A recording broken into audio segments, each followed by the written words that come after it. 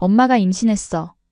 50세의 어머니께서 전화로 알려주신 이 말은 제 인생을 완전히 바꿔놓을 시작점이었습니다. 저는 불가리아 출신으로 한국인 남편과 서울에서 살고 있었죠. 26살 차이 나는 여동생이 생긴다는 소식에 처음엔 어색했지만 곧 기대와 설렘으로 바뀌었습니다. 하지만 기쁨도 잠시. 엘레나는 태어나자마자 선천성 심장병 진단을 받았습니다. 불가리아 시골 병원에서는 적절한 치료가 불가능했고 유럽 대도시로 가는 것도 비용과 시간이 너무 많이 필요했습니다. 매일 밤 전화기 너머로 들려오는 어머니의 흐느낌은 저를 괴롭혔습니다. 안젤라, 우리가 엘레나를 살려야 해. 남편 유진의 조용한 결단이 우리 가족의 운명을 바꿨습니다. 한국의 의료기술을 믿고 태어난 지 2주 된 신생아를 12시간 비행기에 태워 서울로 오는 위험한 결정이었지만 그것이 유일한 희망이었습니다. 서울의 병원에 도착했을 때 저는 생전 처음 경험하는 의료 시스템에 놀랐습니다. 의사들의 전문성, 간호사들의 따뜻함, 최첨단 장비들. 그리고 무엇보다 아이를 살리겠다는 확고한 의지가 느껴졌습니다. 2번의 대수술과 3개월의 치료 끝에 엘레나는 기적적으로 회복했습니다. 그리고 저는 깨달았습니다. 한국은 단순한 기술 강국이 아니라 생명을 살리는 나라라는 것을. 이 이야기는 한 아이의 심장을 고친 의료기적만이 아닙니다. 한국과 불가리아, 두 나라를 잇는 가족의 이야기이자 문화와 국경을 넘어 생명의 소중함을 일깨워준 여정입니다. 여러분도 이 감동적인 이야기에 함께하고 싶으시다면 지금 바로 구독과 좋아요, 알림 설정을 눌러주세요. 여러분의 한 번의 클릭이 더 많은 이들에게 희망을 전할 수 있습니다. 안녕하세요. 저는 안젤라입니다. 불가리아 출신의 27살 여성이에요. 제가 지금 이 이야기를 시작하는 이유는 말도 안 되는 일이 벌어졌기 때문입니다. 한국이 아니었다면 제 동생은 지금 이 세상에 없었을지도 모릅니다. 처음엔 낯설기만 했던 이곳이 어느 순간 저희 가족의 기적이 되었죠. 그때 남편이 한국으로 데려오자고 말했을 때 전 단 한 번도 이런 일을 예상하지 못했습니다. 대학에서 국제경제학을 전공했던 저는 졸업 후 아프리카에서 NGO 활동을 하며 인도주의적 프로젝트에 참여했어요. 그곳에서 한국인 자원봉사자였던 유진 씨를 만났습니다. 처음 봤을 때부터 그는 다른 자원봉사자들과는 달랐어요. 책임감이 강하고 진중했죠. 매일 아침 일찍 일어나 현지인들을 위한 급식소를 준비하고 밤늦게까지 보고서를 작성하는 모습이 인상적이었습니다. 안젤라 씨, 이 프로젝트가 끝나면 어디로 가실 계획이에요? 어느 날 유진 씨가 물었을 때 저는 특별한 계획이 없다고 말했어요. 그때 그의 눈빛이 달라졌습니다. 지금 생각해보면 그때부터 그는 저를 한국으로 데려갈 계획을 세우고 있었나 봐요. 아프리카에서의 3개월은 제 인생을 완전히 바꾸어 놓았습니다. 유진 씨와 함께 일하며 우리는 자연스럽게 가까워졌고 결국 그의 제안을 받아들여 한국에 오게 되었어요. 처음 한국에 도착했을 때의 기억이 아직도 생생합니다. 인천공항의 깨끗함과 질서정연함에 놀랐고 서울로 가는 길에 본 발달된 도시 인프라에 감탄했어요. 괜찮아? 너무 다르지 않아? 유진 씨가 걱정스럽게 물었습니다. 괜찮아요. 그냥 상상했던 것보다 훨씬 발전된 나라네요. 사실 제 머릿속에는 아직도 한국에 대한 고정관념이 남아 있었어요. 아시아 국가라고 하면 무조건 개발도상국일 거라는 생각, 기술력이 부족할 거라는 편견이 있었죠. 하지만 서울 시내를 지나며 본 첨단 건물들과 편리한 교통 시스템은 그런 편견을 조금씩 깨뜨리기 시작했습니다. 유진 씨의 아파트는 강남 근처에 있었어요. 자동문과 디지털 도어락, 스마트홈 시스템까지 갖춘 현대적인 공간이었죠. 저는 그곳에서 한국 생활에 적응하며 유진 씨와의 관계도 더욱 깊어졌습니다. 한국어를 배우기 시작했고 점차 한국 문화에 녹아들기 시작했어요. 안젤라, 우리 결혼할래? 유진 씨가 프로포즈했을 때 저는 망설임 없이 수락했습니다. 서로 다른 문화 속에서도 우리는 서로를 이해하고 존중하며 사랑했으니까요. 결혼식은 한국과 불가리아의 전통을 조금씩 섞어 치렀습니다. 양가 부모님들이 만나고 서로의 문화를 존중하는 모습을 보며 저는 행복했어요. 결혼 후 우리는 안정적인 맞벌이 부부로 행복한 시간을 보냈습니다. 유진 씨는 국제 NGO에서 일했고 저는 외국인을 위한 경제 컨설팅 회사에 취직했어요. 주말이면 한국의 여러 곳을 여행하며 이 나라의 아름다움을 발견해 나갔죠. 경복궁의 웅장함, 제주도의 자연경관, 부산의 활기찬 분위기까지. 저는 점점 한국에 매료되어 갔습니다. 그러던 어느 날 불가리아에 계신 부모님에게서 전화가 왔어요. 처음에는 그저 일상적인 안부 통화인 줄 알았습니다. 하지만 어머니의 목소리가 평소와 달랐어요. 떨리는 목소리로 어머니가 말씀하셨습니다.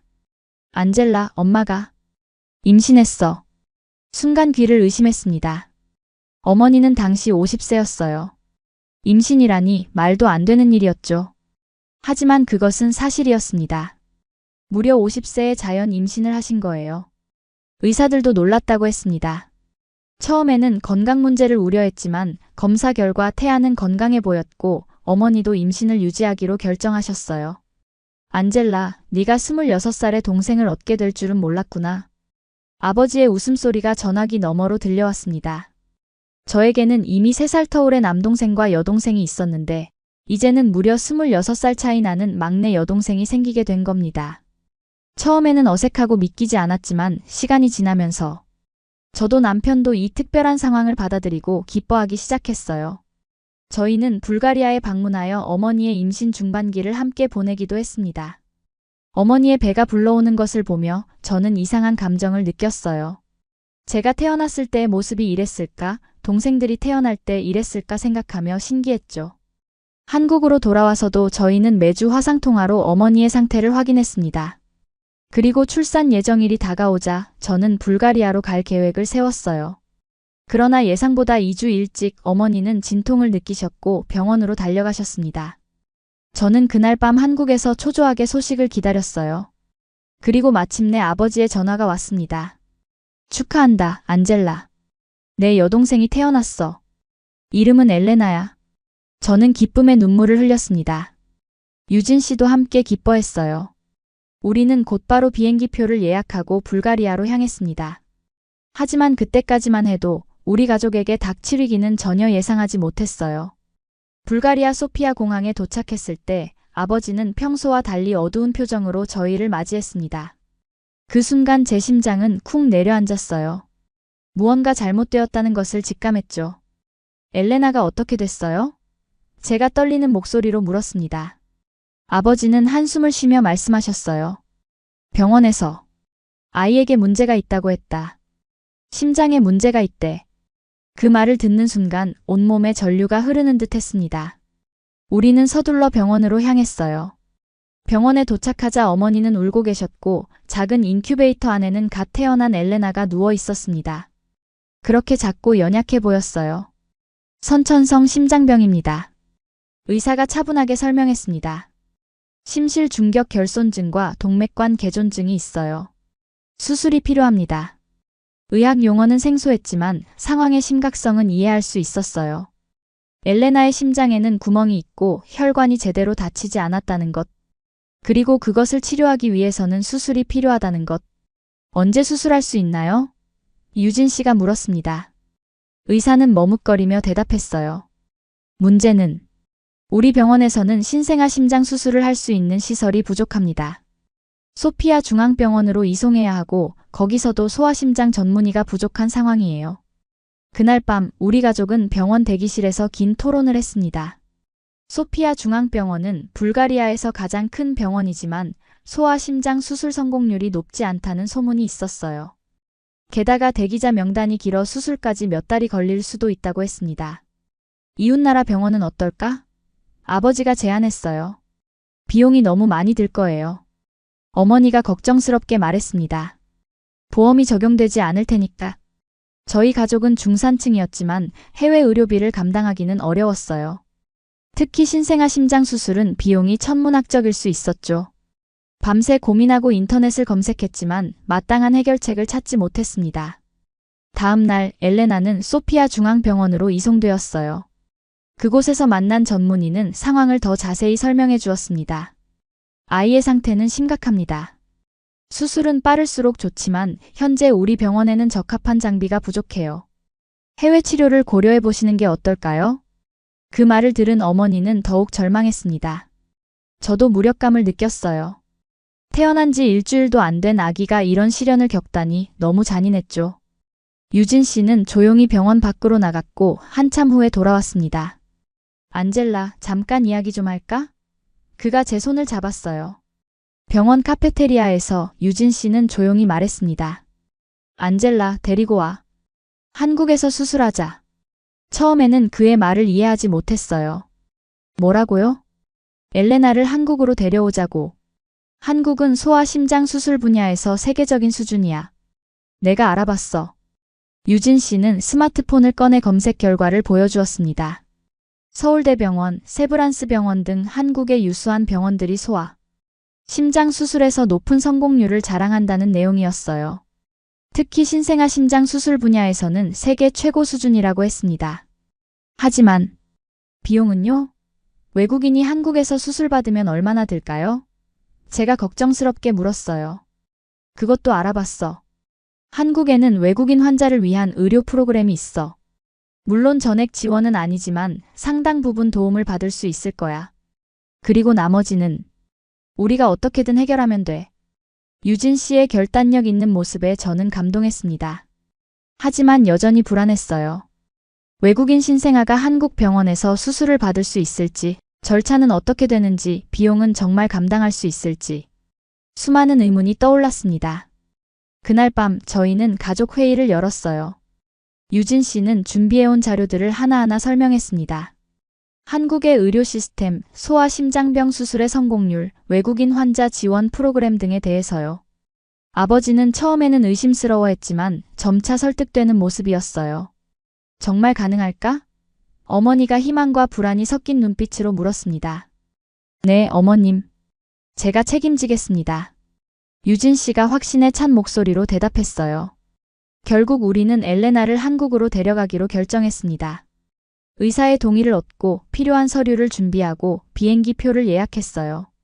신생아를 장거리 비행기에 태우는 것은 위험할 수 있었지만 의사들은 특별한 장비와 주의사항을 알려주며 도움을 주었습니다. 출발 전날 밤 저는 병원에서 엘레나를 바라보며 기도했어요. 엘레나, 힘을 내. 언니가 너를 꼭 살릴게. 다음 날 우리는 특별 의료 장비를 갖춘 비행기에 탑승했습니다. 저와 유진 씨, 그리고 어머니가 함께 한국으로 향했어요. 아버지는 불가리아에 남아 필요한 일들을 처리하기로 했습니다. 12시간의 긴 비행 동안 엘레나는 대부분 잠을 잤고 가끔 깨어나 울었지만 다행히 큰 문제 없이 여행을 마쳤어요. 인천공항에 도착했을 때 이미 구급차가 기다리고 있었습니다. 유진 씨가 미리 모든 것을 준비해 둔 거였어요. 우리는 곧바로 서울 강남의 한 대형 병원으로 이송되었습니다. 그곳에서 우리를 맞이한 것은 예상치 못한 따뜻함이었어요. 병원에 도착하자 여러 의료진이 우리를 기다리고 있었습니다. 그중 한 의사가 영어로 인사했어요. 안녕하세요. 저는 이수연 교수입니다. 엘레나의 담당 의사가 될 사람이에요. 이 교수는 차분하고 친절했습니다. 그는 즉시 엘레나의 상태를 살펴보고 다양한 검사를 지시했어요. 그리고 몇 시간 후 저희를 상담실로 불러 결과를 설명해 주었습니다. 엘레나의 상태는 생각보다 복잡합니다. 심실 중격 결손증과 동맥관 개존증 외에도 폐동맥 협착이 있어요. 수술이 필요하지만 먼저 아이의 상태를 안정시키는 것이 중요합니다. 이 교수는 태블릿을 꺼내 엘레나의 심장 초음파 영상을 보여주었어요. 그리고 문제가 있는 부분을 하나하나 설명해 주었습니다. 불가리아에서는 이런 상세한 설명을 받지 못했기 때문에 저는 감동했어요. 수술은 언제 할 수 있나요? 어머니가 물었습니다. 일주일 정도 아이의 상태를 관찰한 후 결정하겠습니다. 그동안 특별 중환자실에서 24시간 모니터링할 예정이에요. 그리고 이 교수는 우리에게 예상치 못한 질문을 했습니다. 혹시 통역이 필요하신가요? 병원에 불가리아어 통역사는 없지만 영어 통역은 가능합니다. 저는 영어가 가능하다고 말했지만 어머니는 영어에 익숙하지 않았어요. 이 교수는 곧바로 태블릿을 조작해 영어-불가리아어 번역 앱을 실행했습니다. 완벽하진 않지만 이것으로 의사소통을 도울 수 있을 거예요. 그리고 중요한 설명이 있을 때는 안젤라 씨가 통역해 주시면 됩니다. 이 작은 배려의 어머니는 감동의 눈물을 흘렸어요. 낯선 나라에서 느끼는 불안감이 조금은 줄어든 것 같았습니다. 우리는 병원 내 가족 숙소에 배정받았어요. 환자 가족을 위한 특별 공간이었습니다. 작지만 깨끗한 방과 샤워 시설, 간단한 주방까지 갖추고 있었죠. 병원 측에서는 식사 쿠폰도 제공했고 필요한 물품들도 안내해 주었습니다. 한국 병원이 이렇게 환자 가족까지 신경 쓰는 줄 몰랐어요. 어머니가 놀라며 말했습니다. 그날부터 우리의 병원 생활이 시작되었어요. 매일 아침 이 교수와 의료진이 회진을 돌며 엘레나의 상태를 확인했습니다. 그들은 항상 우리에게 상세한 설명을 해주었고 질문에도 친절하게 답변해 주었어요. 특히 인상적이었던 것은 간호사들의 태도였습니다. 그들은 24시간 교대로 엘레나를 돌보며 항상 미소를 잃지 않았어요. 심지어 한국어를 모르는 어머니에게도 손짓과 표정으로 소통하려 노력했죠. 여기 간호사들은 천사 같아요. 어머니가 감동해 말했습니다. 병원 생활 3일째, 저는 병원 로비에서 외국인 환자 지원센터를 발견했어요. 그곳에서 만난 직원은 영어에 능통했고 외국인 환자와 가족들을 위한 다양한 서비스를 제공한다고 했습니다. 저희는 외국인 환자분들의 의료 통역, 행정 절차 지원, 보험 관련 상담 등을 제공하고 있어요. 필요한 것이 있으시면 언제든지 말씀해 주세요. 그곳에서 저는 외국인 환자를 위한 정부 지원 프로그램에 대한 정보도 얻을 수 있었습니다. 특정 조건을 충족하면 의료비의 일부를 지원받을 수 있다고 했어요. 저희는 즉시 신청서를 작성했고 직원이 필요한 서류를 준비하는 데 도움을 주었습니다. 이런 시스템이 있다니 놀라워요. 제가 감탄하자 직원은 웃으며 대답했어요. 한국은 의료관광 강국이 되기 위해 노력하고 있어요. 특히 소아심장 수술은 우리의 자랑이죠. 그녀의 말처럼 병원 내에는 다양한 국적의 환자들이 있었습니다. 러시아, 몽골, 중동 지역에서 온 가족들을 볼 수 있었어요. 그들도 저희처럼 한국의 의료기술을 믿고 찾아온 사람들이었죠. 일주일 후 이 교수는 우리를 다시 상담실로 불렀습니다. 엘레나의 상태가 어느 정도 안정되었고 이제 수술을 계획할 수 있다고 했어요. 수술은 2단계로 나눠서 진행할 예정입니다. 첫 번째는 동맥관을 닫는 시술이고 두 번째는 심실 중격 결손을 수리하는 개심술이에요. 첫 번째 시술은 내일 진행하고 싶습니다.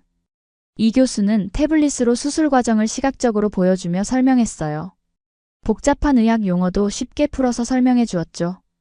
그리고 수술에 따르는 위험성과 기대할 수 있는 결과까지 솔직하게 이야기해 주었습니다. 걱정하지 마세요. 우리 병원에서는 매년 수백 건의 소아 심장 수술을 성공적으로 수행하고 있습니다. 엘레나도 잘 될 거예요. 그의 확신에 찬 목소리에 저희 가족은 용기를 얻었습니다. 우리는 수술 동의서에 서명하고 다음 날을 위한 준비를 시작했어요. 수술 전날 밤 저는 중환자실에서 엘레나를 바라보며 많은 생각이 들었습니다. 태어난 지 이제 겨우 3주 된 아기가 이런 큰 수술을 받아야 한다니. 너무 가혹했지만 동시에 감사한 마음도 들었어요. 만약 우리가 한국에 오지 않았다면 엘레나는 어떻게 되었을까? 그 생각을 하니 섬뜩했습니다. 유진 씨, 정말 감사해요. 당신이 아니었다면 우리는 이곳에 오지 못했을 거예요. 제가 남편의 손을 꼭 잡으며 말했어요. 유진 씨는 조용히 미소 지었습니다. 우리 가족이잖아. 당연한 거야. 그의 말에 저는 다시 한번 그가 얼마나 특별한 사람인지 느꼈습니다. 그리고 그런 그를 통해 알게 된 한국이라는 나라가 지금 저희 가족에게 얼마나 큰 희망이 되고 있는지도요. 수술 당일 아침 저희는 일찍 병원에 도착했습니다. 간호사들은 이미 엘레나를 수술 준비로 바쁘게 돌보고 있었어요. 작은 수술복을 입은 엘레나는 더욱 작고 연약해 보였습니다. 잠시 후 마취과 의사가 오셔서 마취 과정을 설명해 드릴 거예요. 수간호사가 말했습니다. 곧 젊은 여성 의사가 찾아와 자신을 소개했어요. 안녕하세요. 저는 마취과 김지연 교수입니다. 오늘 엘레나의 마취를 담당할 거예요. 김 교수는 신생아 마취의 특수성과 주의점, 그리고 마취 후 예상되는 상황에 대해 자세히 설명해 주었습니다. 그녀는 특히 어머니의 불안을 알아차리고 천천히 모든 과정을 설명해 주었어요. 걱정하지 마세요. 우리 팀은 신생아 심장 수술에 전문화되어 있어요. 엘레나의 체중과 상태에 맞는 최적의 마취 방법을 사용할 거예요. 수술실로 엘레나를 데려가기 전 우리는 잠시 작별 인사를 나눌 수 있었습니다. 어머니는 눈물을 참으며 엘레나의 작은 손을 잡았어요. 저도 떨리는 마음으로 동생의 이마에 키스했습니다. 엘레나, 언니가 기다리고 있을게. 꼭 돌아와. 수술실 문이 닫히고 우리는 대기실로 안내되었습니다. 병원 측에서는 수술 진행 상황을 알려주는 전자 게시판을 마련해 두었어요. 마취 중, 수술 준비 중, 수술 진행 중과 같은 단계가 표시되었죠. 이런 시스템도 있군요. 어머니가 놀라워했습니다. 네, 가족들의 불안을 덜어주기 위한 배려예요. 유진 씨가 설명했어요. 첫 번째 시술은 카테터를 이용한 비교적 간단한 것이었지만 그래도 신생아에게는 큰 부담이었습니다. 시간이 갈수록 어머니의 불안은 커져갔고 저도 초조했어요. 유진 씨는 끊임없이 저희를 안심시키려 노력했지만 그도 긴장한 것이 눈에 보였습니다. 수술이 시작되고 약 2시간 후 게시판의 상태가 수술 완료로 바뀌었어요. 그리고 잠시 후 이 교수가 수술복 차림으로 대기실로 들어왔습니다. 첫 번째 시술은 성공적으로 끝났습니다. 동맥관을 완벽하게 닫았어요. 우리 모두 안도의 한숨을 내쉬었습니다. 이 교수는 계속해서 설명했어요. 엘레나는 지금 회복실로 이동했고 약 1시간 후에 중환자실로 옮길 예정입니다. 그때 가족분들이 볼 수 있을 거예요. 다행히 아이의 반응이 좋습니다. 이 정도면 일주일 후에 두 번째 수술을 계획할 수 있을 것 같아요. 우리는 기쁨과 안도감에 눈물을 흘렸습니다. 첫 번째 산을 넘은 기분이었어요. 그날 저녁 중환자실에서 엘레나를 만났을 때 여전히 많은 기계들에 연결되어 있었지만 안정적인 모습이었습니다. 우리 아기 정말 용감하네요. 어머니가 울먹이며 말했어요. 간호사는 미소 지으며 대답했습니다. 네, 정말 강한 아기예요. 이렇게 빨리 안정되는 경우가 드물거든요. 그날부터 엘레나의 회복은 의사들의 예상보다 빨랐습니다. 활력 징후는 안정적이었고 산소 포화도도 점차 개선되었어요. 세 번째 날에는 인공호흡기를 제거할 수 있었고 다섯 번째 날에는 일반 병실로 옮길 수 있었습니다. 엘레나의 회복 속도가 놀랍습니다. 이 교수가 회진 중에 말했어요. 이 상태라면 예정대로 일주일 후에 두 번째 수술을 진행할 수 있을 것 같아요. 일주일은 빠르게 지나갔습니다. 그동안 저희는 병원 생활에 적응했고 다른 외국인 환자 가족들과도 교류하며 서로 위로했어요. 러시아에서 온 가족은 그들의 아들이 선천성 척추 질환으로 수술받았다고 했고 몽골에서 온 가족은 쌍둥이 딸들의 간 이식을 위해 왔다고 했습니다. 한국 의료가 이렇게 발전했다니 놀라워요. 러시아 엄마가 말했어요. 우리나라에서는 이런 수술을 받으려면 1년 이상 기다려야 해요. 두 번째 수술 전날 이 교수는 저희를 불러 자세한 설명을 해주었습니다. 이번 수술은 첫 번째보다 복잡하고 위험했어요. 심장을 일시적으로 멈추고 인공 심폐기를 사용해야 했기 때문입니다. 개심술은 언제나 위험이 따릅니다. 특히 신생아의 경우 더욱 그렇죠. 하지만 엘레나의 첫 번째 수술 후 회복이 좋았고 전반적인 상태도 안정적이에요. 저희 팀은 최선을 다할 겁니다. 수술 당일 우리는 더욱 긴장된 마음으로 엘레나를 보냈습니다. 이번 수술은 최소 6시간이 걸릴 것이라고 했어요. 대기실에서 우리는 침묵 속에 시간을 보냈습니다. 어머니는 기도를 멈추지 않았고 저는 불안한 마음에 병원 복도를 왔다 갔다 했어요. 3시간이 지났을 때 게시판에는 여전히 수술 진행 중이라고 표시되어 있었습니다. 4시간, 5시간. 시간이 갈수록 불안감은 커져갔어요. 마침내 6시간이 지났을 때 게시판이 수술 완료로 바뀌었습니다. 이 교수가 대기실로 들어왔을 때 그의 표정은 밝았어요. 수술은 성공적이었습니다. 심실 중격 결손을 완전히 수리했고 추가로 발견된 작은 문제들도 해결했어요. 우리 모두 안도의 눈물을 흘렸습니다. 이 교수는 계속해서 수술 과정과 결과를 설명해 주었어요. 엘레나의 심장은 이제 정상적으로 기능할 수 있을 겁니다. 물론 회복 과정에서 주의 깊게 관찰해야 하고 향후 정기적인 검진이 필요하지만 장기적인 예후는 매우 좋아요. 두 번째 수술 후 엘레나의 회복은 첫 번째보다 더디었습니다. 처음 이틀은 중환자실에서 깊은 진정 상태로 유지되었고 모든 생명 유지 장치에 의존했어요. 하지만 3일째부터 상태가 눈에 띄게 호전되기 시작했습니다. 정말 강한 아기예요. 중환자실 간호사가 말했어요. 이렇게 큰 수술 후에 이런 회복 속도는 보기 드물어요. 일주일 후 엘레나는 일반 병실로 옮겨졌고 점차 정상적인 수유도 가능해졌습니다. 어머니는 처음으로 엘레나를 안고 직접 모유 수유를 할 수 있었어요. 그 순간 어머니의 눈에서는 행복의 눈물이 흘렀습니다. 우리 아기가 살았어. 정말 살았어. 저도 그 모습을 보며 울었어요. 태어난 지 한 달도 안 된 아기가 2번의 큰 수술을 이겨낸 것입니다. 그것은 분명 기적이었고 그 기적은 한국에서 일어났습니다. 엘레나의 회복이 계속되면서 저는 한국 의료 시스템에 대해 더 많은 것을 알게 되었습니다. 이 교수와 다른 의료진들과의 대화, 그리고 병원 내 외국인 환자 지원센터를 통해 얻은 정보들이 저의 시야를 넓혀주었어요. 한국은 의료기술뿐만 아니라 의료 시스템 자체가 매우 효율적입니다. 이 교수가 어느 날 설명해 주었어요. 국민건강보험이 잘 갖춰져 있고 최신 의료장비 도입도 빠르죠. 특히 디지털 헬스케어 분야에서는 세계를 선도하고 있어요. 실제로 병원 내 모든 시스템은 디지털화되어 있었습니다. 환자 기록, 검사 결과, 약물 투여까지 모든 것이 전자 시스템으로 관리되었어요. 의사들은 태블릿으로 환자 정보를 확인하고 간호사들은 휴대용 기기로 투약 기록을 남겼습니다. 이런 시스템 덕분에 의료 오류가 크게 줄었어요. 한 간호사가 자랑스럽게 말했습니다. 모든 약물이 바코드로 관리되고 환자 식별도 전자적으로 이루어지니까요. 또한 인상적이었던 것은 병원 내 다양한 지원 서비스였어요. 환자와 가족을 위한 심리상담, 영양상담, 재활치료까지 통합적인 케어가 제공되었습니다. 심지어 외국인 환자 가족을 위한 한국어 교실도 있었어요. 의료는 단순히 병을 치료하는 것이 아니라 환자와 가족의 전체적인 웰빙을 돌보는 것이라고 생각해요. 심리상담사가 말했습니다. 어느 날 저는 병원 내 도서관에서 한국 의료 시스템에 관한 책을 발견했어요. 그곳에서 한국이 어떻게 짧은 시간 내에 세계적인 의료 강국이 되었는지 알게 되었습니다. 한국은 1970년대만 해도 의료 인프라가 열악했어요. 도서관 사서가 설명해 주었어요. 하지만 정부의 체계적인 투자와 의료인들의 헌신, 그리고 국민들의 높은 교육 수준이 결합되어 빠르게 발전했죠. 특히 IT 강국이라는 이점을 의료 분야에 접목시킨 것이 큰 성공 요인이었어요. 책에는 한국의 원격 의료 시스템, 인공지능을 활용한 진단 기술, 로봇 수술 등 첨단 의료 기술에 대한 내용도 있었습니다. 저는 이런 기술들이 실제로 환자 치료에 어떻게 활용되는지 궁금했어요.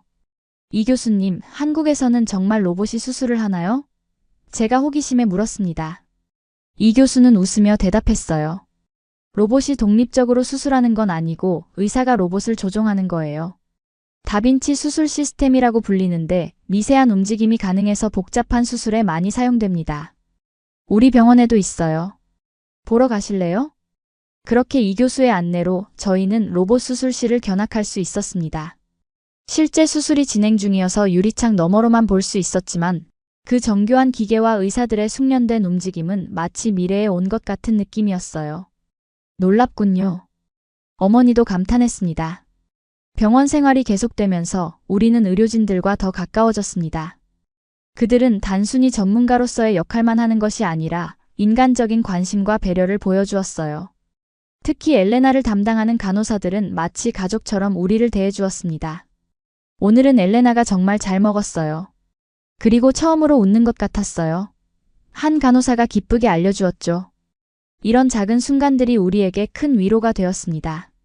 병원의 다른 외국인 환자 가족들과도 교류하며 서로의 경험과 감정을 나누었어요. 그들 모두 한국 의료 시스템에 감동받았다고 했습니다. 우리 아들은 러시아에서 2년 동안 제대로 된 진단도 받지 못했어요. 러시아에서 온 어머니가 말했습니다. 여기서는 일주일 만에 정확한 진단과 치료 계획을 세워줬어요. 몽골에서 온 부모님도 비슷한 경험을 나누었어요. 우리나라에서는 쌍둥이의 간 이식이 불가능하다고 했어요. 하지만 여기서는 가능하다고 했고 실제로 성공했어요. 이런 이야기들을 들으면서 저는 한국이 단순히 기술적으로 발전한 나라가 아니라 생명을 소중히 여기는 가치관이 있는 나라라는 것을 느꼈습니다. 그리고 그 중심에는 헌신적인 의료인들이 있었어요. 왜 이렇게 열심히 일하세요? 어느 날 저는 밤늦게까지 일하는 간호사에게 물었습니다. 그녀는 잠시 생각하더니 대답했어요. 저희가 하는 일이 누군가의 생명과 직결되어 있으니까요. 특히 아이들. 그들의 미래를 위해서라면 조금 더 노력할 가치가 있어요. 그 말이 제 가슴에 깊이 와닿았습니다. 이곳의 의료인들에게 환자는 단순한 케이스가 아니라 소중한 생명이었던 거예요. 그들의 열정과 헌신이 엘레나 같은 아이들에게 새로운 삶의 기회를 주고 있었습니다. 엘레나의 상태가 안정되면서 저희는 병원 밖으로 나갈 기회도 가질 수 있었습니다. 유진 씨가 서울의 다양한 곳을 소개해 주었어요. 처음으로 함께 간 곳은 병원 근처의 한강공원이었습니다. 와, 도시 한가운데 이런 공원이 있다니 놀라워요. 어머니가 감탄했어요. 유진 씨는 웃으며 설명했습니다. 한강은 서울을 가로지르는 강이에요. 그 주변으로 여러 공원이 조성되어 있죠. 시민들의 휴식 공간이자 다양한 문화 행사가 열리는 곳이기도 해요. 우리는 강변을 따라 천천히 걸으며 맑은 공기를 마셨습니다. 자전거를 타는 사람들, 소풍 나온 가족들, 강아지와 산책하는 연인들.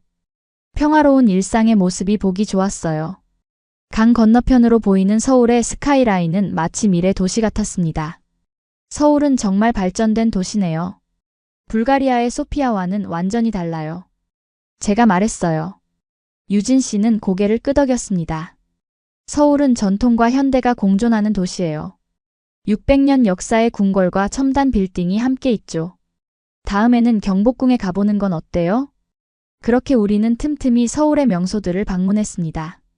웅장한 경복궁, 전통과 현대가 어우러진 인사동, 젊음의 에너지가 넘치는 홍대까지. 어머니는 특히 한국의 전통 문화에 관심이 많았어요. 이런 오래된 건물들이 현대 도시 속에 보존되어 있다니 놀라워요. 경복궁을 둘러보며 어머니가 말했습니다. 불가리아도 오래된 역사가 있지만 이렇게 잘 보존된 곳은 많지 않아요. 한국 음식도 우리에게 새로운 경험이었습니다. 처음에는 낯선 맛과 향에 적응하기 어려웠지만 점차 그 독특한 맛을 즐기게 되었어요. 특히 어머니는 된장찌개와 불고기를 좋아하게 되었습니다. 이렇게 건강하고 맛있는 음식이 있다니. 어머니가 감탄했어요. 불가리아로 돌아가면 이런 요리를 배워가고 싶어요. 유진 씨는 기뻐하며 어머니에게 간단한 한국 요리법을 알려주기도 했습니다.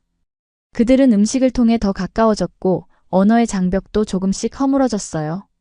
병원에서는 엘레나의 상태가 계속 호전되고 있었습니다. 두 번째 수술 후 3주가 지났을 때 이 교수는 퇴원을 고려해 볼 시기라고 말했어요. 엘레나의 회복이 놀랍습니다. 이제 일반적인 케어만 필요한 상태예요. 물론 정기적인 외래 진료는 계속되어야 하지만 굳이 입원할 필요는 없을 것 같아요. 그 말을 듣고 우리는 기뻤지만 동시에 불안했습니다. 병원이라는 안전한 환경을 벗어나 신생아를 돌봐야 한다는 것이 부담스러웠어요. 걱정하지 마세요. 이 교수가 우리의 불안을 알아차리고 말했습니다. 퇴원 후에도 24시간 상담 서비스가 있고 응급 상황에서는 언제든지 병원을 찾을 수 있어요. 그리고 신생아 케어에 대한 교육도 받으실 수 있습니다. 실제로 퇴원 전 저희는 병원에서 제공하는 신생아 케어 클래스에 참여했어요. 수유 방법, 목욕시키는 법, 기저귀 갈기, 그리고 심장 수술 후 특별히 주의해야 할 점들까지 상세히 배웠습니다. 이런 교육까지 제공하다니 정말 놀라워요. 어머니가 감동했어요. 퇴원 당일 병원 스태프들이 모여 엘레나를 배웅해 주었습니다. 간호사들은 작은 선물도 준비했고 이 교수는 기념사진을 함께 찍자고 제안했어요. 엘레나는 우리에게도 특별한 환자였습니다. 이 교수가 말했어요. 먼 나라에서 와서 2번의 큰 수술을 이겨낸 용감한 아이니까요. 앞으로도 건강하게 자라길 바랍니다. 병원을 나서는 순간 저는 다시 한번 이곳에서의 경험을 되돌아보았습니다. 불안과 두려움으로 시작했던 여정이 이제는 희망과 감사함으로 가득 차 있었어요. 그리고 그 중심에는 한국의 의료 시스템과 따뜻한 사람들이 있었습니다. 유진 씨는 퇴원 후 저희를 위해 단기 임대 아파트를 구해두었어요. 병원과 가까운 곳이었고 신생아 돌봄에 필요한 모든 것이 갖춰져 있었습니다. 당분간 여기서 지내면서 정기검진을 받고 엘레나가 좀 더 안정되면 불가리아로 돌아갈 계획을 세우면 될 것 같아. 유진 씨가 말했어요. 우리의 새로운 일상이 시작되었습니다. 어머니는 주로 엘레나를 돌보고 저는 병원 예약과 행정적인 일들을 처리했어요. 유진 씨는 낮에는 회사에 출근했지만 저녁이면 항상 서둘러 돌아와 가족과 시간을 보냈습니다. 퇴원 후 첫 번째 검진에서 이 교수는 엘레나의 상태가 매우 좋다고 확인해 주었어요. 심장 기능이 정상적으로 회복되고 있었고 체중도 적절히 증가하고 있었습니다. 이대로라면 3개월 후에는 불가리아로 돌아가도 괜찮을 것 같아요. 물론 그곳에서도 정기적인 검진은 필요하지만요. 그 말을 듣고 어머니는 안도했지만 저는 묘한 기분이 들었습니다. 한국에서의 시간이 곧 끝난다는 생각에 섭섭했어요. 이곳에서 저희 가족은 생명의 소중함과 타국의 따뜻함을 경험했으니까요. 서울에서의 일상이 계속되면서 저는 한국 문화에 더 깊이 적응해 나갔습니다. 처음에는 낯설었던 것들이 점차 익숙해졌고 때로는 새로운 발견에 감탄하기도 했어요. 여기 사람들은 왜 이렇게 빨리 걸어요? 어느 날 어머니가 물었습니다. 우리는 강남역 근처를 걷고 있었는데 정말 모두가 바쁘게 움직이고 있었어요. 유진 씨는 웃으며 대답했습니다. 서울은 빨리빨리 문화가 있어요. 모든 것이 빠르게 진행되죠. 지하철, 인터넷, 음식 배달까지. 효율성을 중요시하는 문화예요. 실제로 한국의 인터넷 속도는 불가리아와 비교할 수 없이 빨랐고 배달 시스템은 거의 마법 같았습니다. 스마트폰 앱으로 주문하면 30분 안에 따뜻한 음식이 도착했어요. 이런 서비스가 있다니 편리하네요. 제가 감탄했어요. 그러나 모든 문화적 차이가 긍정적인 것만은 아니었습니다. 때로는 한국의 집단주의 문화나 위계 질서가 저에게는 이해하기 어려웠어요. 특히 유진 씨가 회사에서 겪는 압박감과 야근 문화는 제가 보기에 지나치게 느껴졌습니다. 왜 이렇게 늦게까지 일해야 해요? 제가 물었어요. 유진 씨는 한숨을 쉬며 대답했습니다. 한국에서는 회사가 거의 두 번째 가족 같아요. 충성심과 헌신이 중요하게 여겨지죠. 때로는 힘들지만 그만큼 성취감도 있어요. 저는 그의 말을 이해하려고 노력했지만 여전히 일과 삶의 균형에 대한 문화적 차이는 컸습니다. 불가리아에서는 가족 시간이 더 중요시되었고 저녁 시간은 대체로 가족과 함께 보냈어요. 그러나 한국에서는 회식 문화도 있어서 유진 씨가 종종 늦게 귀가하기도 했습니다. 회식은 단순한 술자리가 아니에요. 유진 씨가 설명했어요. 팀워크를 강화하고 동료들과 유대감을 형성하는 중요한 자리죠. 참석하지 않으면 팀에 소속감이 없다고 여겨질 수 있어요. 이런 문화적 차이를 이해하는 데는 시간이 걸렸지만 점차 저는 한국 사회의 장점들도 발견하게 되었습니다. 높은 교육열, 공동체 의식, 어르신에 대한 존경심 등은 감탄할 만한 가치였어요. 특히 한국의 교육 시스템에 대해 알게 되면서 저는 깊은 인상을 받았습니다. 어느 날 우리는 유진 씨의 조카가 다니는 초등학교 근처를 지나가게 되었어요. 저기가 조카가 다니는 학교예요. 잠깐 들러볼까요? 유진 씨가 제안했습니다. 학교 정문에서 하교하는 아이들을 기다리며 유진 씨는 한국 교육에 대해 설명해 주었어요. 높은 대학 진학률, STEM 분야에 대한 강조, 영어 교육의 중요성 등을 들으며 저는 놀랐습니다.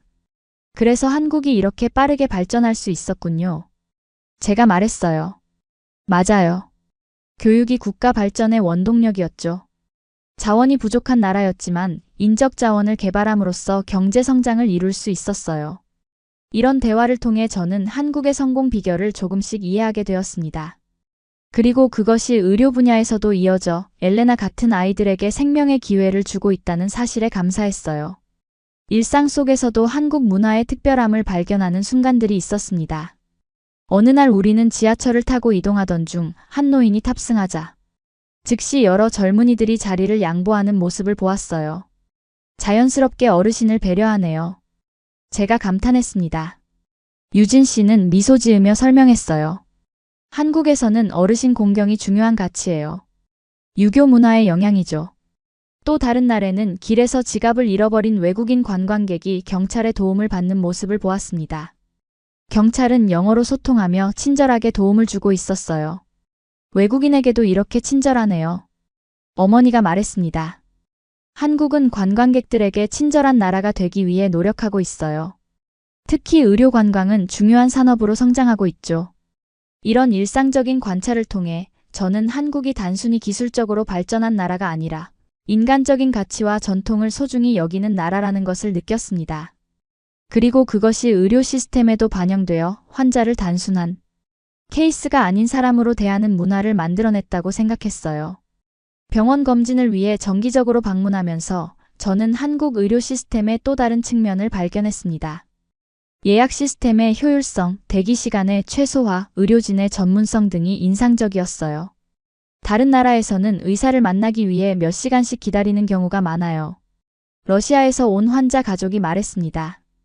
여기서는 예약 시간에 맞춰 오면 10분 이내에 진료를 받을 수 있어요. 또한 병원 내 편의시설도 놀라웠습니다.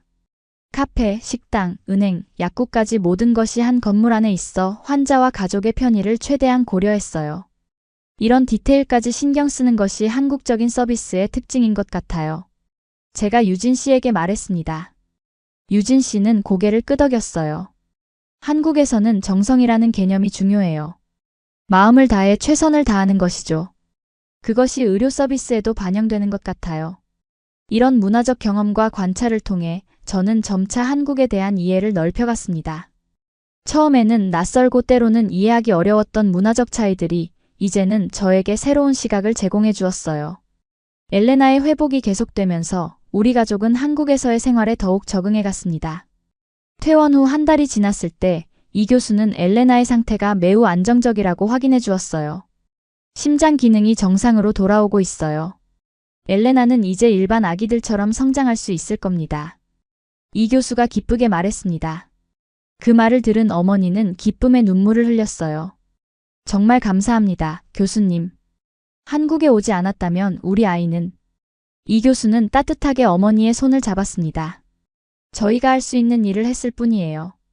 엘레나가 이렇게 회복된 것은 그녀의 강인함 덕분이죠. 병원 방문 빈도가 줄어들면서 저희는 한국에서의 일상을 더 즐길 수 있게 되었습니다. 유진 씨는 주말마다 새로운 장소로 저희를 데려갔어요. 북촌 한옥마을, 남산타워, 동대문 디자인 플라자 등 서울의 다양한 명소를 방문했습니다. 특히 인상적이었던 것은 한국의 전통시장이었어요. 광장시장에서 먹은 빈대떡과 마약김밥은 잊을 수 없는 맛이었습니다. 어머니는 시장의 활기찬 분위기와 다양한 식재료에 매료되었어요. 이렇게 신선한 재료들이 많다니. 불가리아로 돌아가면 한국 요리를 꼭 배워야겠어요. 어머니가 신이 나서 말했습니다. 유진 씨의 가족들과도 더 자주 만나게 되었어요. 처음에는 언어 장벽 때문에 어색했지만 점차 마음으로 소통하는 법을 배웠습니다. 특히 유진 씨의 어머니는 어느 날 저희 집을 방문해 직접 만든 반찬들을 가져오셨어요. 외국인 며느리가 한국 음식에 적응하기 어렵다고 들었어요. 이건 조금 덜 맵게 만들었으니 한번 드셔보세요. 유진 씨가 번역해 주었습니다. 그 작은 배려에 저는 감동했고 어머니도 눈시울을 붉혔어요. 언어는 통하지 않아도 마음의 따뜻함은 전해지는 것 같았습니다. 유진 씨의 가족들은 엘레나에게도 특별한 애정을 보여주었어요.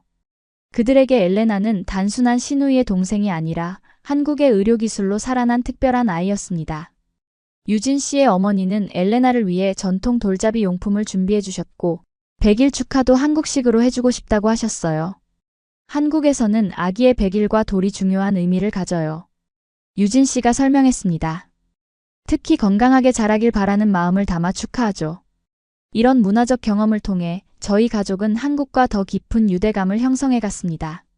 처음에는 단순히 의료 서비스를 받기 위해 왔던 나라가 이제는 우리 가족의 특별한 추억이 담긴 곳이 되었어요. 특히 저에게 한국은 더 이상 낯선 나라가 아니었습니다. 처음 도착했을 때 가졌던 편견들은 완전히 사라졌고 이제는 이 나라의 문화와 가치를 존중하게 되었어요.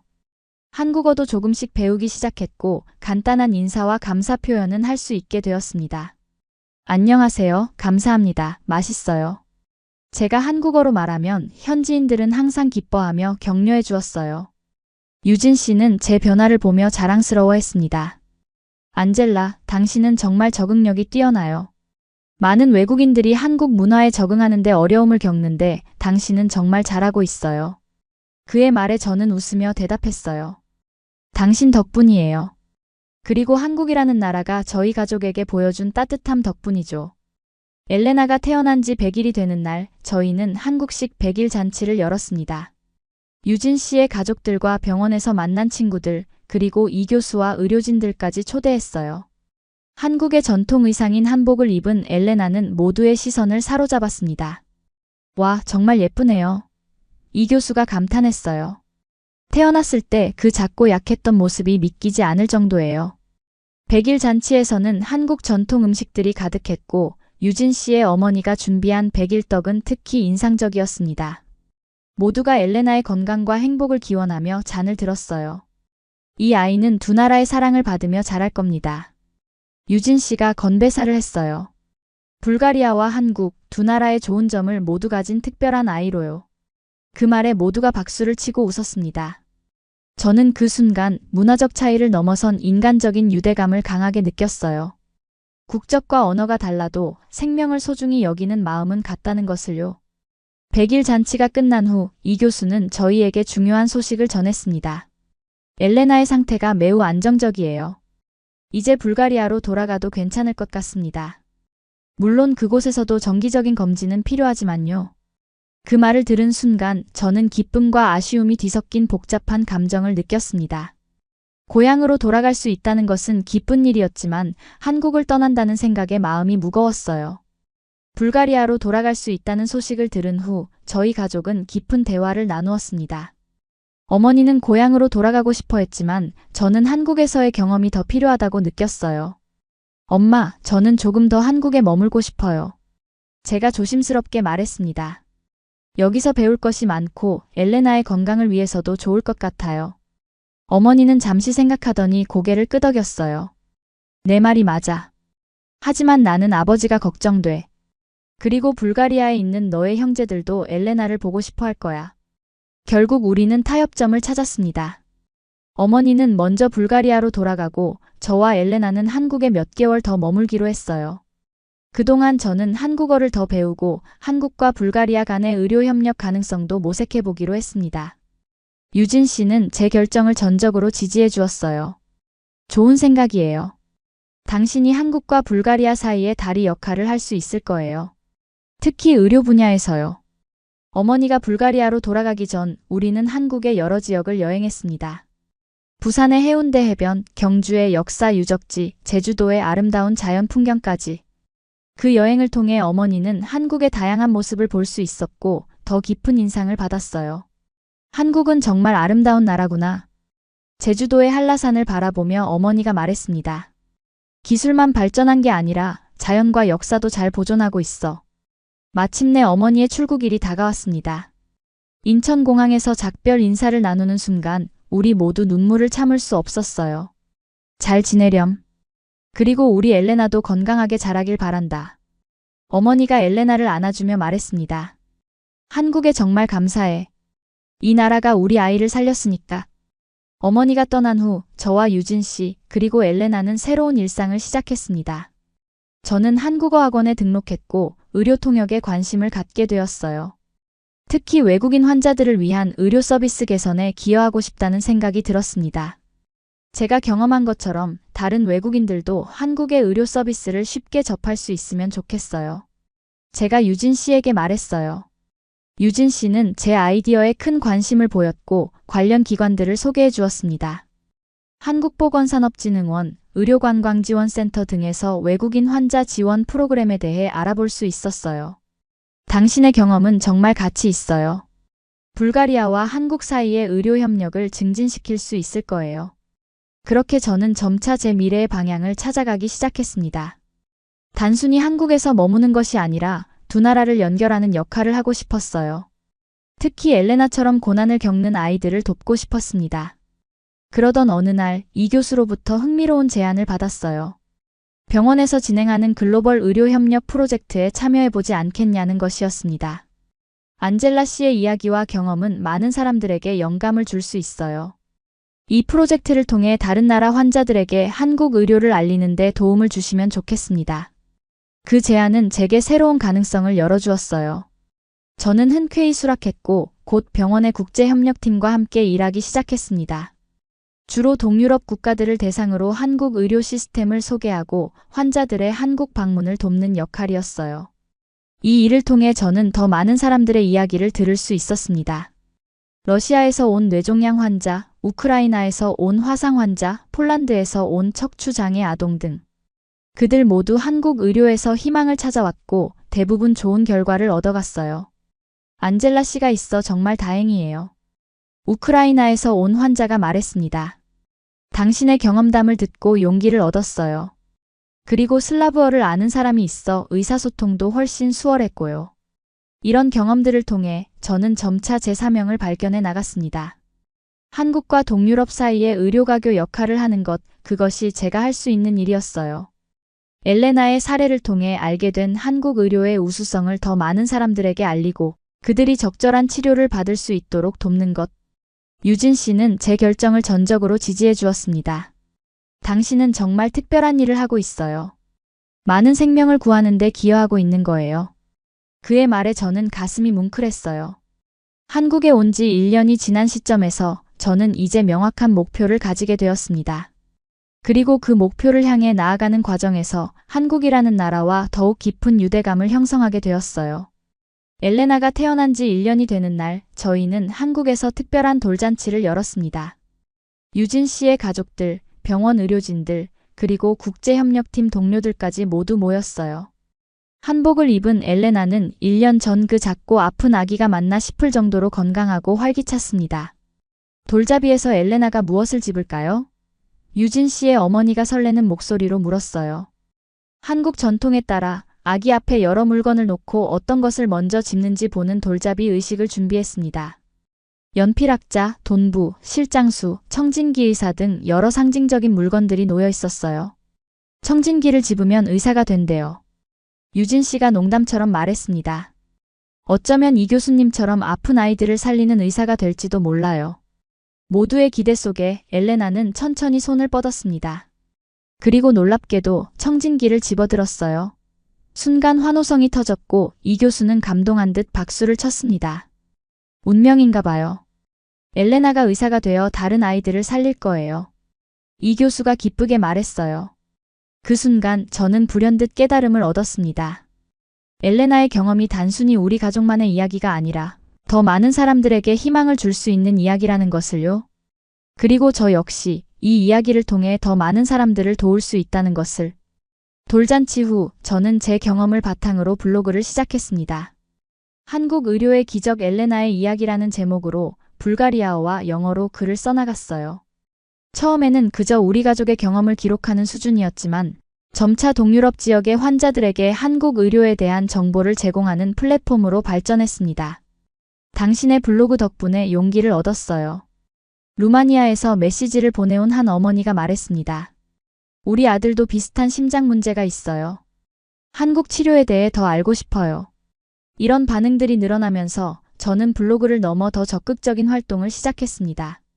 한국보건산업진흥원의 지원을 받아 동유럽-한국 의료가교 프로젝트를 시작했어요.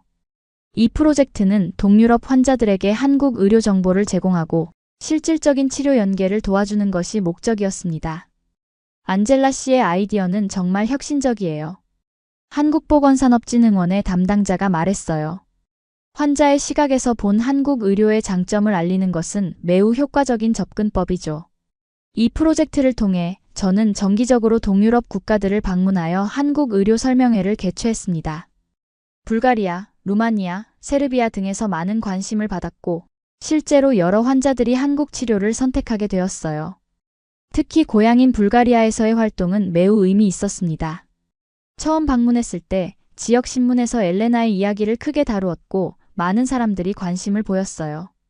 안젤라, 내 이야기가 우리 지역에 큰 희망을 주고 있어. 아버지가 자랑스럽게 말했습니다. 여러 가족들이 한국 치료에 대해 문의하고 있단다.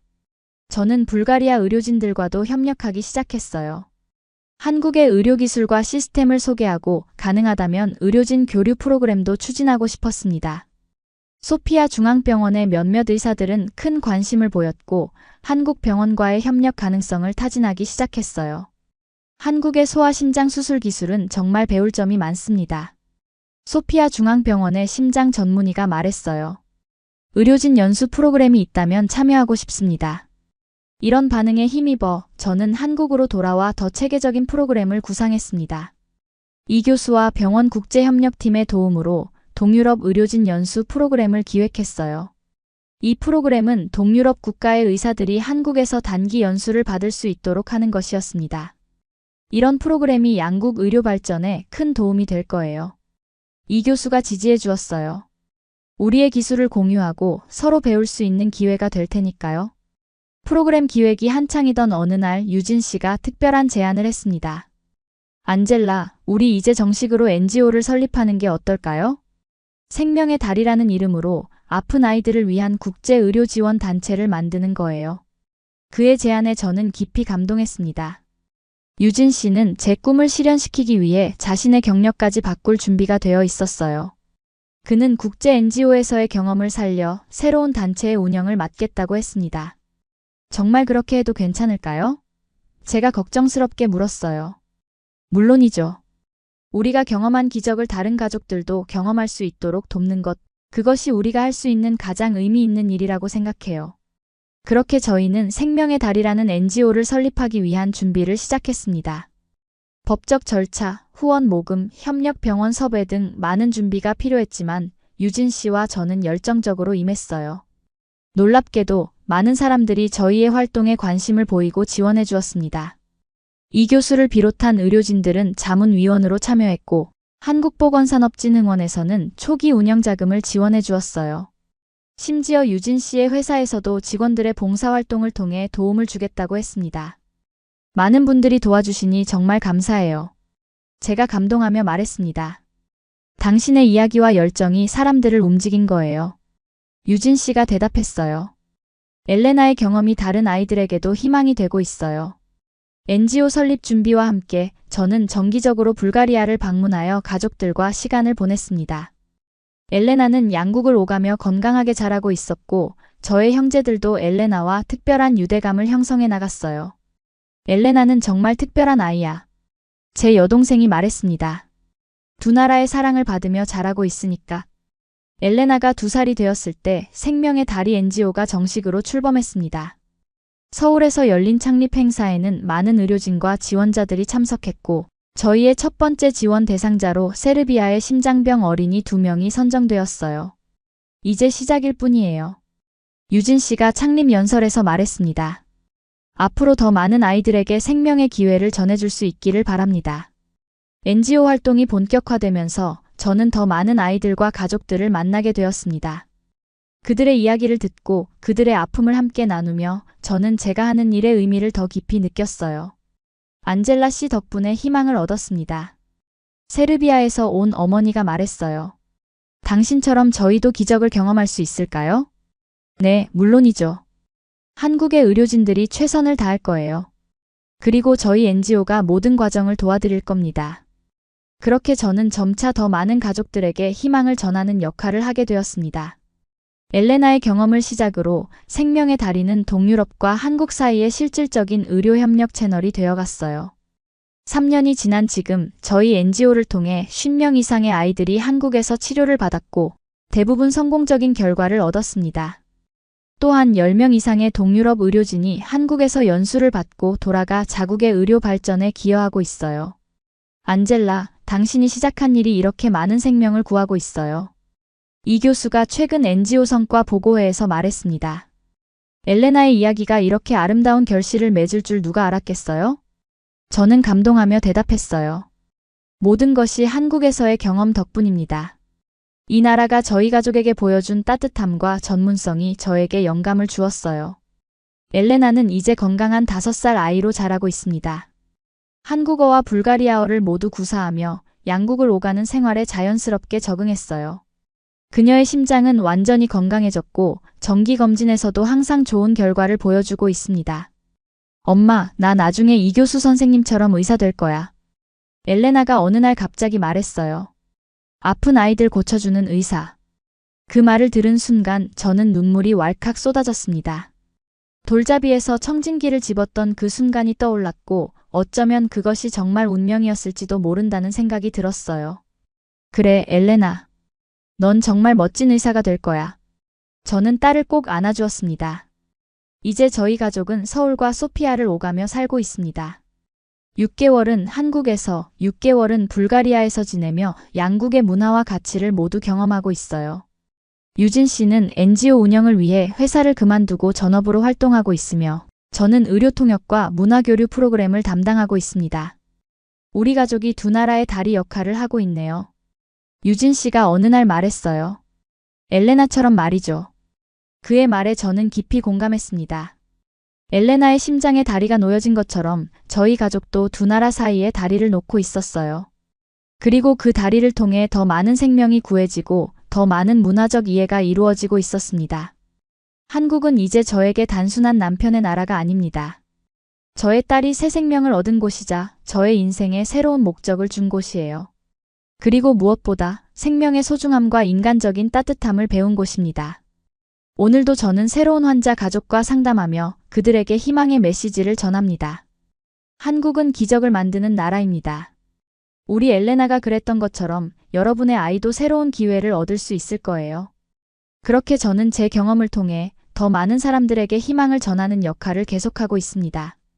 한국과 불가리아 두 나라를 잇는 작은 다리가 되어 지금까지 제 이야기를 들어주셔서 감사합니다. 처음 한국에 왔을 때 저는 이 나라에 대해 거의 아는 것이 없었습니다. 단지 남편의 고향이라는 것 외에는 큰 의미가 없었어요. 하지만 지금은 다릅니다. 한국은 제 딸의 생명을 구해준 나라이자 제 인생의 방향을 바꿔준 특별한 곳이 되었습니다. 한국의 의료 시스템은 단순히 첨단 기술만이 아닌 환자를 생각하는 마음과 세심한 배려가 결합된 결과라고 생각합니다. 디지털 헬스케어, 로봇 수술, 정밀 의료 등 눈부신 기술 발전도 중요하지만 그 기술을 다루는 의료진의 헌신과 환자 중심 사고방식이 더욱 중요하다는 것을 알게 되었어요. 엘레나의 경험을 통해 저는 한국이 진정한 의료 강국임을 확신하게 되었습니다. 짧은 시간 내에 이룬 한국의 의료 발전은 전 세계가 배워야 할 모델이라고 생각해요. 특히 IT 기술과 의료의 융합, 효율적인 의료 전달 체계, 환자 중심 서비스는 다른 나라들이 참고할 만한 부분입니다. 생명의 다리 NGO 활동을 통해 저는 이제 한국의 의료기술과 시스템을 더 많은 사람들에게 알리고 실질적인 도움을 제공하는 역할을 하고 있습니다. 특히 동유럽 국가들과 한국 사이의 의료 협력이 더욱 활발해지길 바라며 양국의 의료진 교류와 환자 지원 프로그램을 계속 발전시켜 나갈 계획입니다. 엘레나는 이제 건강한 아이로 자라고 있습니다. 그녀의 심장에 놓인 다리처럼 저희 가족도 두 나라 사이의 다리 역할을 하고 있어요. 서로 다른 문화와 언어를 가진 국가들이지만 생명을 소중히 여기는 마음은 같다는 것을 깨달았습니다. 여러분께 묻고 싶습니다. 여러분은 한국의 어떤 점이 가장 자랑스러우신가요? 기술? 문화? 사람들의 따뜻함? 저에게는 이 모든 것이 소중하지만 특히 위기 상황에서 보여준 한국인들의 따뜻한 마음과 헌신이 가장 인상적이었습니다. 제 이야기가 여러분께 조금이나마 감동과 희망을 전해드렸기를 바랍니다. 그리고 한국의 의료 시스템이 얼마나 뛰어난지, 이 나라가 얼마나 따뜻한 곳인지 더 많은 사람들이 알게 되기를 희망합니다. 이 영상이 마음에 드셨다면 좋아요와 구독, 그리고 주변 분들과 공유해주세요. 여러분의 응원이 저희에게 큰 힘이 됩니다. 또한 댓글로 여러분의 생각과 경험도 나눠주시면 감사하겠습니다. 한국 의료에 대한 여러분의 경험이나 의견이 궁금합니다. 다음 영상에서 또 만나 뵙겠습니다. 감사합니다.